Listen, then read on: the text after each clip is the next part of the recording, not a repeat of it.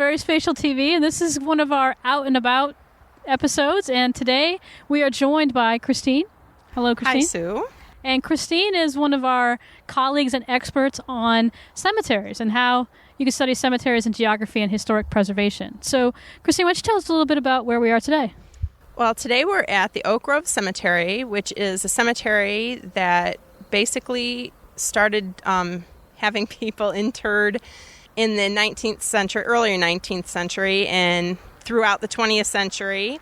And every once in a while, about once every 4 months, they still have someone interred in this cemetery. What do you think are some of the interesting things? Because there are thousands of cemeteries all over the U.S. that are like this. They're not necessarily connected to a church or any kind of religious denomination, but they're pretty common in most towns and larger cities. So, Christine, what can studying the people that are buried in a cemetery like this tell us about the community they lived in and also about the people themselves? Well, it can tell you where people immigrated from. It can tell you the ages and sexes that they are or were, and like the life expectancy of the people at the time. It can tell you their religious affiliations and different other organizations that they belong to. And a lot of times it can give you their economic status. So really, it can actually tell you a lot about a community, maybe much more so than people think just driving by or walking by a cemetery every day. Oh, yes. So as geographers, we're also interested in kind of the spatial pattern of the cemetery and how, where the markers and graves are placed and the way they're oriented can also inform us about the people. So can you talk a little bit about that? Sure. A lot of times, the way that the markers are oriented has to do with their religion and their religious beliefs, because certain religions believe you should be buried in a certain direction. How close you are to members of your family can also have an economic impact, because you could only afford a smaller spot, so you could get 5 people in instead of 1. So, actually, Christine, kind of following on from that, a lot of people don't know that cemeteries aren't also always places of dread, and that in the 19th and early 20th century, a lot of them were actually parks.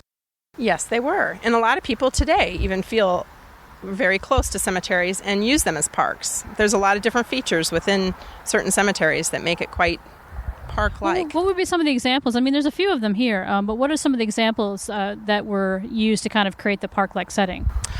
Benches and water features such as ponds, different plantings, paths that you could walk on.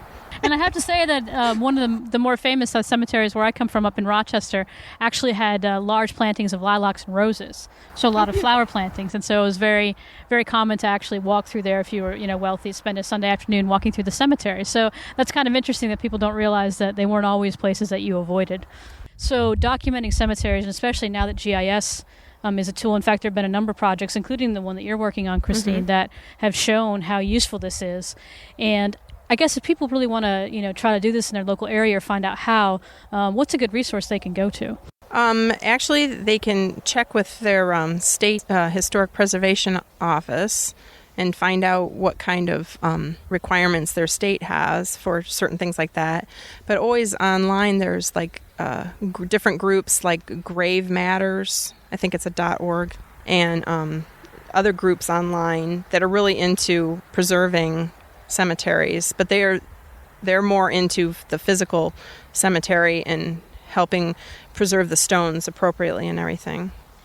All right. Well, Chrissy, I want to thank you for joining us today. And I know you're actually working on your own project, so we're looking forward to see that, because not only are you doing your own cemetery, but also kind of showing how to use some of these tools in historic preservation. So thanks for joining us. Well, thank you very much.